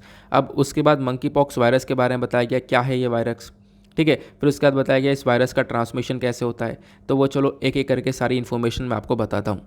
तो आप देख पाओगे इस प्रकार से बॉडी के ऊपर जैसे चिकन पॉक्स वाली सिचुएशन होती थी ना बॉडी के ऊपर, वैसे यहाँ पर स्किन के ऊपर ये मंकी पॉक्स वाले केस के अंदर भी देखने को मिलता है। यह आर्टिकल भी आप लोग GS पेपर 2 हेल्थ से रिलेट कर पाओगे। मंकी पॉक्स एक वायरल जूनोटिक डिजीज़ है। पहला क्वेश्चन तो ये होगा कि जूनोटिक डिजीज़ क्या होती हैं। तो जूनोटिक डिजीज़ एक ऐसी डिजीज़ है जो कि ट्रांसमिट होता है जानवर से इंसान में, एनिमल से ह्यूमंस के अंदर ये बीमारी ट्रांसफ़र होती है और इसको आइडेंटिफाई किया जाता है एक पॉक्स लाइक डिजीज़। जैसे मैंने आपको बताया ना चिकन पॉक्स वगैरह जैसी बीमारियाँ हुआ करती थी, वैसे यहाँ पर ये मंकी पॉक्स होता है। हालांकि मंकी पॉक्स के अंदर सिचुएशन थोड़ी सी और ज़्यादा ख़राब हो जाती है। ये बीमारी नाइजीरिया के अंदर से निकल कर आई है। नाइजीरिया के अंदर बहुत सारे केसेस स्टार्टिंग में हम लोगों ने देखे थे, ठीक है। ये जो मंकी पॉक्स वायरस है एक तरीके से ये कौन से वायरस की वजह से होता है, तो उस वायरस का नाम है, उस फैमिली का नाम है ऑर्थोपॉक्सो वायरस। ये जो जीनस है ये पॉक्सीवेरिडे फैमिली से बिलोंग करता है। तो ऑर्थोपॉक्स वायरस की वजह से ही ये मंकी पॉक्स वायरस होता है। अब मंकी पॉक्स वायरस का जो नेचुरल होस्ट है वो क्या हो सकता है, मतलब कि कौन से जानवर से ये बीमारी निकलती है। देखो अभी तक इसके बारे में प्रॉपर चीज़ें हमारे पास मेंशन नहीं है, ये चीज़ें अभी भी अनडिफाइन है, लेकिन बहुत सारे सोर्सेज के थ्रू पता ये चलता है कि जो मंकी पॉक्स वायरस है वो मंकी जिसके नाम से पता चलता है कि बंदर से फैलता है, एप से फैलता है। उसके बाद कुछ रोडेंट्स भी हैं, मतलब कि हमारा चूहा वगैरह है, ठीक है, रैट्स है, स्क्वेरल्स है, माइस है, तो इनसे भी यहाँ पर यह मंकी पॉक्स वायरस फैल जाता है। इवन रैबिट से, खरगोश से भी यहाँ पर ये वायरस फैलता है, ये यहाँ पर मेंशन किया गया। अब आउटब्रेक के बारे में चर्चा करें तो सबसे पहली बार, अच्छा मैंने आपको बताया कि नाइजीरिया के अंदर सबसे पहली बार पाया गया, नाइजीरिया के अंदर नहीं, नाइजीरिया के अंदर सबसे ज़्यादा केसेस आपको मंकी पॉक्स वायरस के देखने को मिलेंगे, लेकिन सबसे पहली बार आप लोग देख पाओगे जो मंकी पॉक्स वायरस है इसको रिपोर्ट किया गया था 1958 में। जब सबसे पहली बार बंदरों के अंदर इस वायरस को देखा गया तो वो समय था 1958। और ये कहाँ पे देखा गया था? डीआरसी में, डेमोक्रेटिक रिपब्लिक ऑफ कॉन्गो में, जो कि एक अफ्रीकन कंट्री है। और फिर उसके बाद में इंसानों के अंदर कब ये देखा गया? तो 1970 में यहाँ पर ह्यूमंस के अंदर पाया गया, again democratic Republic of Congo के अंदर ही। उसके बाद 2017 में नाइजीरिया के अंदर एक सबसे बड़ा आउटब्रेक होता है। जैसे मैंने आपको बताया, नाइजीरिया के अंदर मतलब कि बहुत बुरे हालात हो जाते हैं मंकी पॉक्स वायरस को लेकर। ठीक है, बहुत सारे केसेस नाइजीरिया के अंदर निकल कर आते हैं। सडनली यहाँ पे बोला गया ये जो डिजीज़ है मंकी पॉक्स वायरस वाली, ये आज के टाइम पर बहुत सारे वेस्टर्न और सेंट्रल अफ्रीकन कंट्रीज़ के अंदर फैल चुकी है। बहुत सारी कंट्रीज़ के अंदर, यानी कि जो हमारी अफ्रीका है, अफ्रीकन कॉन्टिनेंट के अंदर बीचों बीच में जो कंट्रीज़ हैं प्लस वेस्टर्न साइड वाली कंट्रीज़ हैं, इनको बुरी तरह से सफ़र करना पड़ रहा है। उसका लक्षण के बारे में चर्चा करें तो यहाँ पर अगर कोई भी व्यक्ति इससे इन्फेक्ट होता है तो उसके बॉडी के ऊपर रैशेस वगैरह हो जाते हैं, जैसे चिकन पॉक्स वाली सिचुएशन में हुआ करते थे। या फिर यहाँ पर फीवर हो जाता है, बहुत ज़्यादा तेज़ बुखार, सर में दर्द, इस प्रकार से चीज़ें हो जाती हैं जब ये मंकी पॉक्स वायरस किसी व्यक्ति को अफेक्ट करता है। तो इसके अर्ली स्टेजेस के बारे में अगर हम लोग चर्चा करें तो मंकी पॉक्स स्टेजेस के अंदर जो गर्दन वगैरह है वो भी यहाँ पर काफ़ी हद तक सूजती हुई नज़र आ जाती है। प्लस वल्नरेबिलिटी के बारे में चर्चा करें, कितना खतरनाक हो सकता है। बोला गया कि अगर ये काफ़ी तेज़ी से फैलता हुआ नज़र आए, तो अगर मान लो यहाँ पर काफ़ी तेज़ी से फैला एक एरिया में, तो लगभग 10 में से एक व्यक्ति की ये जान ले सकता है, इतना खतरनाक हो सकता है। ट्रीटमेंट के बारे में चर्चा की गई। देखो, कोई भी प्रॉपर इसका स्पेसिफिक ट्रीटमेंट नहीं है, लेकिन हमारे पास एक वैक्सीन अवेलेबल है, और वो जो वैक्सीन है वो स्मॉल पॉक्स को टैकल करती है। यानी स्मॉल पॉक्स से निपटने के लिए उस वैक्सीन को हम लोगों ने बनाया था। हालांकि पूरी दुनिया भर के अंदर स्मॉल पॉक्स ऑलरेडी ख़त्म हो चुका है। तो 1980 में ही जो है दुनिया वो स्मॉल पॉक्स फ्री हो चुकी है। आपको इसके बारे में ध्यान रखना है। अब फ्री हो चुकी है तो वैक्सीन ज़्यादा अवेलेबल नहीं है, लेकिन अभी यहाँ पर मंकी पॉक्स को लेकर अलग अलग वैक्सीन्स के ऊपर काम किया जा रहा है, एंटीवायरल ड्रग के ऊपर भी काम किया जा रहा है, और कुछ चीज़ें हमारे पास अवेलेबल हैं। तो आज के टाइम पर इसको हम लोग ट्रीट कर सकते हैं, आप लोग ध्यान रखना। तो ये मंकी पॉक्स को लेकर काफ़ी सारा डेटा हो गया, जो कि आप लोगों को यहाँ पर बहुत ज़्यादा हेल्प करेगा आगे। ओके, तो ये हमारा पूरा का पूरा साइंस एंड टेक का पेज हो गया, क्योंकि संडे में यही आता है, एडिटोरियल तो आते नहीं हैं, तो ये आर्टिकल देखने को मिलेगा। बाकी यहाँ पे फ्रीक्वेंट आस्क्ड क्वेश्चन के ऊपर एक आर्टिकल आपको ये देखने को मिल जाएगा, एक लौता आर्टिकल है। अब थोड़ा जल्दी कवर करते हैं क्योंकि ऑलरेडी काफ़ी वीडियो लंबा हो चुका है। मुझे नहीं पता था, मैंने सोचा था आज वीडियो थोड़ा सा छोटा रहेगा, लेकिन कोई बात नहीं, चीज़ें समझ में आनी चाहिए, वो चीज़ें मैटर करती हैं हमारे लिए। तो ये जो आर्टिकल है बहुत इंटरेस्टिंग सा है। एक इंटरेस्टिंग वे में मैं आपको सारी चीज़ें कवर करवा दूंगा। आप देखोगे आर्टिकल की लेंथ कितनी है, ये आर्टिकल कितना लंबा चौड़ा लिखा गया है, पूरे एक पेज के बराबर पूरे पेज पे आर्टिकल लिखा गया है। तो पूरे पेज को घेर लिया है, आधे से ज़्यादा पेज को। चर्चा की जा रही है जो टर्की जो एक देश है वो आज के टाइम पर स्वीडन और फिनलैंड के खिलाफ क्यों हो चुका है। ठीक है, अब ये मुद्दा यह है नाटो को ज्वाइन करने वाला। आपको पता होगा ये सारी बातें ऑलरेडी मैंने आपको पहले बता रखी हैं, लेकिन कोई बात नहीं, आज जब हम लोग पढ़ ही रहे हैं, दोबारा से चर्चा में आया ही है, तो हम लोग एक बार और अच्छे से चीज़ों को समझेंगे। ठीक है, ये तो यहाँ पे पेंगुलिन वगैरह की पिक्चर हो गई। आपको पता होगा नाटो के बारे में। नाटो एक ग्रुप है जिसका नाम है North Atlantic Treaty Organization. NATO के अंदर टोटल आपको 30 देश देखने को मिलेंगे। बहुत ध्यान से मेरी बातों को सुनते हुए चलना, आपको ये आर्टिकल बहुत अच्छे से क्लियर हो जाएगा। तो टोटल 30 कंट्रीज हैं नाटो के अंदर। अब नाटो बना कब? 1949 में। 1949 में जब नाटो को बनाया गया तो उस समय ओरिजिनल कंट्रीज़ ये हुआ करती थी, बेल्जियम, डेनमार्क, फ्रांस, आइसलैंड, ये सब यहाँ पे ओरिजिनल कंट्रीज़ हैं। 1949 के बाद 1952 से लेकर 1990 के बीच में 4 कंट्रीज इसमें और ऐड हो जाती हैं, ग्रीस, टर्की, जर्मनी, स्पेन। तो टर्की ध्यान रखना नाटो का मेंबर है। ठीक है, क्योंकि टर्की क्या कर रहा है, स्वीडन और फिनलैंड को नाटो ज्वाइन करने से मना कर रहा है, या नाटो ज्वाइन नहीं करने दे रहा है। और टर्की खुद यहाँ पे नाटो का मेंबर है। स्वीडन, फिनलैंड अभी नाटो के मेंबर नहीं है, वो चाहते हैं हम लोग इसको ज्वाइन कर पाएँ, लेकिन टर्की यहाँ पे बीच में आ चुका है। फिर क्या होता है, 1999 में कुछ और कंट्रीज़ ऐड होती हैं, 2004 से 2009 के बीच में कुछ और कंट्रीज़ ऐड होती हैं, 2017 से 2020 के बीच में कुछ और कंट्रीज़ ऐड होती हैं। तो इस प्रकार से नाटो ऐसा नहीं है एक ही बार में 30 देश का ग्रुप बन गया है, धीरे धीरे यहाँ पर इसमें कंट्रीज़ ऐड होती हुई चली गई। क्लियर हुआ? अब आपको मैं यहीं पर एक पॉइंट बताता हूँ जो कि बहुत इंपॉर्टेंट है, बहुत ध्यान सुनना। नाटो के अंदर 30 कंट्रीज़ है। मान लो अभी किसी 31वीं कंट्री को इसमें ऐड होना है, मान लो कोई दूसरे कंट्री को ऐड होना है, तो जब वो कंट्री ऐड होगी तो उसके लिए 30 की 30 कंट्री की सहमति चाहिए होती है। ठीक है। तो जैसे कि मान लो स्वीडन अगर चाहता है कि इसको ज्वाइन करेगा, फिनलैंड यहाँ पे चाहता है कि मैं भी इसको ज्वाइन करूँ, तो अगर वो इन 30 देश को ज्वाइन करना चाहते हैं, नाटो ग्रुप को ज्वाइन करना चाहते हैं, तो इन 30 कंट्रीज़ की अप्रूवल होनी चाहिए, इन 30 कंट्री की हाँ होनी चाहिए कि हाँ आ जाओ इसको ज्वाइन करो। क्लियर हुआ। अब इस बात का जो महत्व है वो इस आर्टिकल के लास्ट में आपको पता चलेगा, बस थोड़ा सा रुकना, आपको सारी चीज़ें समझ में आएंगी। अब होता क्या है, आपको पता होगा कि ये जो नाटो है, मैंने आपको बताया ना एक टाइम पे 1990 के आसपास आप लोग देख पाओगे जो सिचुएशन है वो काफ़ी बदल गई थी। तो नाटो के पहले मेंबर्स कम थे, धीरे धीरे बढ़ते चले गए। अब उस समय पर यूएसएसआर हुआ करता था, सोवियत यूनियन, है ना। अब यूएसएसआर 1991 में टूट गया था। 1991 में टूटा तो उसके बाद उसमें से लगभग 15 देश निकल कर आए, जो आज के टाइम पर अलग अलग आपको देखने को मिलते हैं। ठीक है, यूक्रेन वगैरह ये सब उस समय यूएसएसआर का पार्ट हुआ करते थे। अब यूएसएसआर जब टूटा, ये अलग अलग देश निकल कर आए, तो ये अलग अलग देश जब निकल कर आते हैं ना, तो ये सारे देशों ने भी क्या किया, धीरे धीरे नाटो को ज्वाइन कर लिया। तो आज के टाइम पर नाटो के बहुत सारे मेंबर्स नज़र आएंगे। इनफैक्ट आप यहाँ पे देख पाओगे डेनमार्क, नॉर्वे, और उसके बाद यहाँ पर ये कंट्रीज़ सब नाटो का मेंबर हैं। ये सब कंट्रीज़ नाटो के मेंबर आपको देखने को मिल जाती हैं, है ना। अब स्वीडन और फिनलैंड ये 2 देश बचते हैं। इन दोनों का कहना यह है कि हमें भी नाटो ज्वाइन कर लो, ये पूरे हिस्से के साथ हम लोग ऐड हो जाएंगे। रशिया बोलता है नहीं, मैं फिनलैंड स्वीडन को नाटो ज्वाइन नहीं करने दूंगा, खासकर फिनलैंड को नहीं ज्वाइन करने दूंगा। क्यों? क्योंकि फिनलैंड जो है वो एक बहुत बड़ा बॉर्डर शेयर करता है रशिया के साथ में, और यही बिल्कुल सिमिलर कंडीशन यूक्रेन के साथ में भी हुई थी, आपको पता होगा। आज के टाइम पर जो रशिया यूक्रेन वॉर चल रहा है, इसके पीछे का कारण तो आपको पता ही होगा क्या है, क्योंकि यहाँ पे रशिया है और इधर यूक्रेन है ना। अब यूक्रेन एक बहुत बड़ा बॉर्डर शेयर करता है रशिया के साथ में। यूक्रेन ये बोलता रहा कि मैं नाटो को ज्वाइन करूंगा, ठीक है, वही वाला ग्रुप जिसके बारे में हम लोग चर्चा कर रहे हैं। तो नाटो, यूक्रेन भी अभी नाटो का पार्ट नहीं है। यूक्रेन ने स्टार्टिंग बोला कि मैं नाटो को ज्वाइन करूंगा, रशिया मना करता रहा कि नाटो को मैं ज्वाइन नहीं करने दूंगा।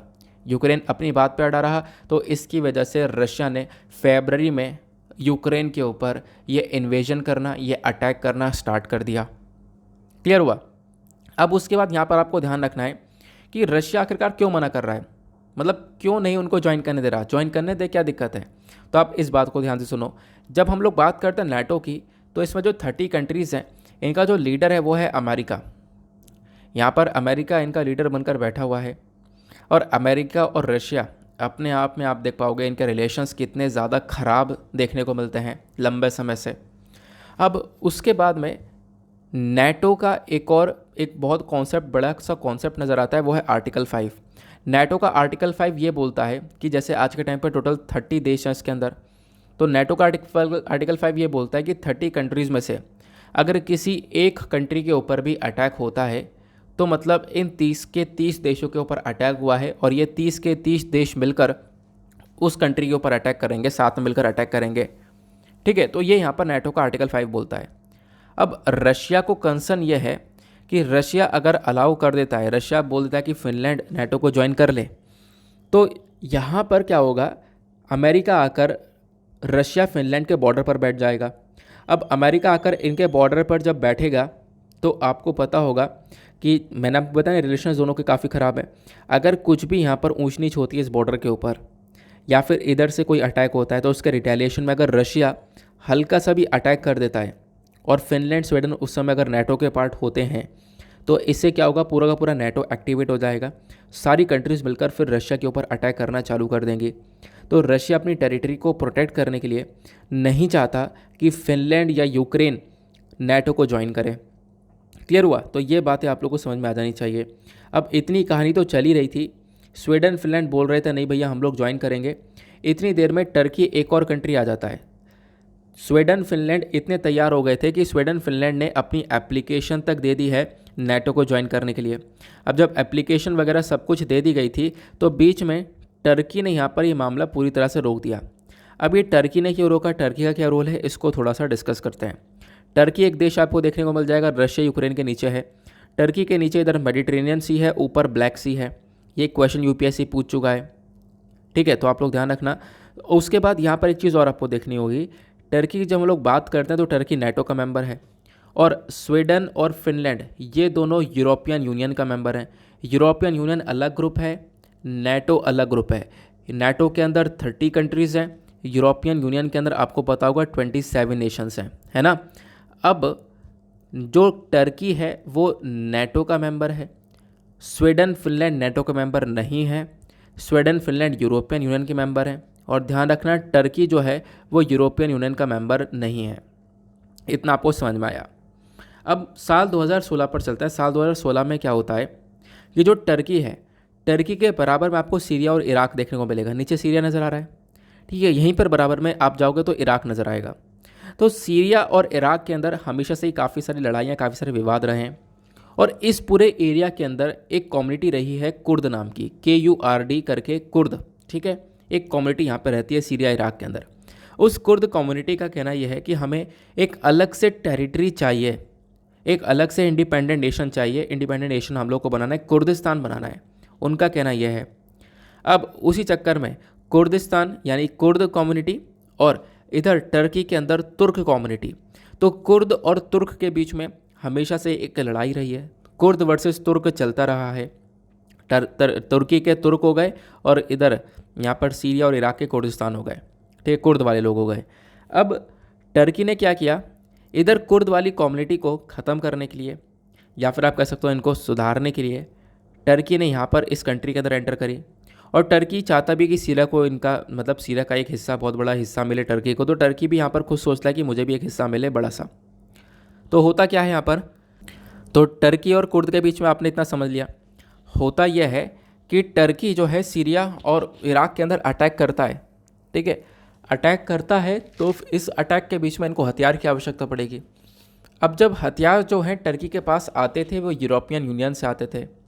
साल 2016 में क्या किया कि स्वीडन और फिनलैंड इन दोनों ने मिलकर यूरोपियन यूनियन से मना कर दिया कि टर्की को हथियार मत देना, नहीं तो वो सीरिया इराक के अंदर लोगों की जान लेगा।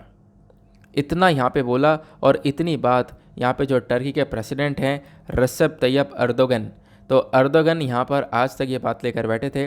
अर्दोगन ने सोचा कि यार चलो, उस समय पर ये तुम्हारा टाइम था, आज ये हमारा टाइम आ चुका है। तो अर्दोगन ने इतने साल वेट किया, और उसके बाद में आप लोग देख पाओगे आज जो टर्की नेटो का मेंबर है, इसने मना कर दिया कि मैं स्वीडन और फिनलैंड दोनों को यहाँ पे नेटो ज्वाइन नहीं करने दूंगा। क्योंकि मैंने आपको स्टार्टिंग में बताया था, नेटो के अंदर अगर ज्वाइन होना है तो इसके लिए 30 के 30 कंट्री की हाँ चाहिए, उनका एक अप्रूवल चाहिए, और टर्की नेटो का मेंबर है, तो टर्की ने यहाँ पर इसको मना कर दिया। क्लियर हुआ। तो ये सारी बातें देखने को मिल जाएंगी। तो वो बातें तो मैंने आपको बता दी पूरी की पूरी, जो कि यहाँ पर मेंशन की जा रही है कि किस प्रकार से यहाँ पर कुर्दिस्तान वगैरह के बारे में चर्चा की गई है। ये मैंने आपको बताया, सीरिया के अंदर जो कुर्दिस्तान है इनसे यहाँ पर टर्की लड़ता रहा, वो सारी बातें यहाँ पर बता दी हैं। लेकिन ये तो हुआ एक कारण। उसके बाद एक और कारण है जिसकी वजह से जो टर्की है वो स्वीडन और फिनलैंड दोनों से नाराज़ है। वो ये है कि टर्की के अंदर क्या होता है, साल 2016 में जो अर्दोगन है, जो कि आज के टाइम पर टर्की के प्रेसिडेंट, टर्की के लीडर हैं, तो अर्दोगन को हटाने की कोशिश की गई, वहाँ पे तख्ता पलट करने की कोशिश की गई। तो टर्की के अंदर जो तख्ता पलट करने की उस समय कोशिश की थी, वो यहाँ पर गुलेन ने, फैतुल्ला गुलेन ने की थी। अब फैतुल्ला गुलेन ने हटाने की कोशिश की और गुलेन मूवमेंट नाम के एक मूवमेंट चलाया। लेकिन क्या हुआ, उस समय भी वहाँ पे वो यहाँ पे सरकार बदल नहीं पाया, एक तरीके से टर्की के अंदर कोई भी तख्ता पलट नहीं कर पाए।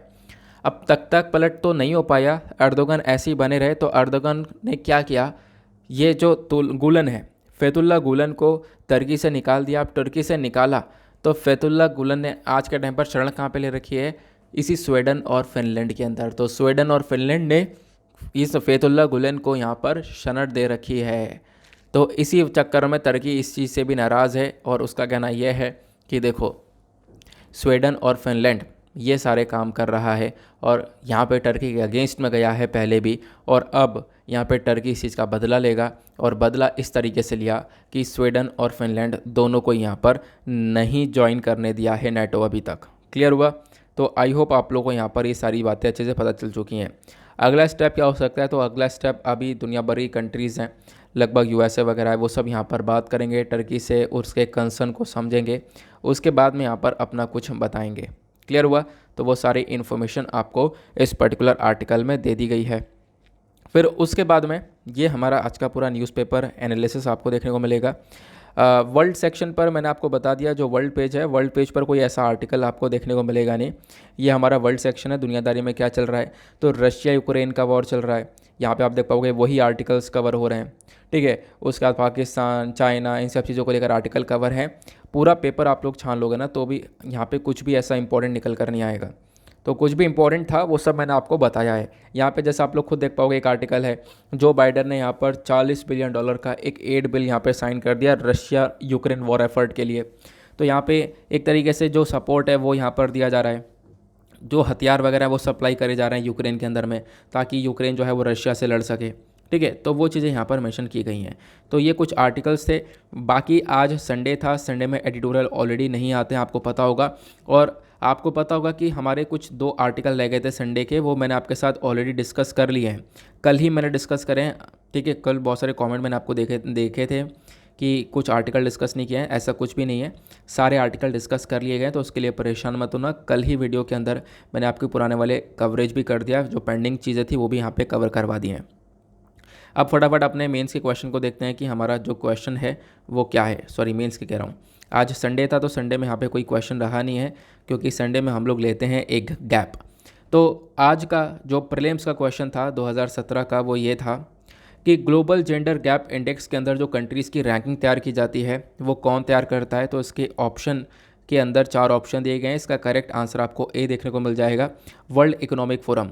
तो जेंडर गैप रिपोर्ट को पब्लिश किया जाता है वर्ल्ड इकोनॉमिक फोरम के थ्रू, तो आप लोग इसको ध्यान में रख सकते हो। नाउ इसी के साथ करते हैं हम लोग अपने लेक्चर को समाप्त और मिलते हैं आप लोगों से नेक्स्ट वीडियो में। आज के लिए bye bye, have a nice day, thank you and जय हिंद।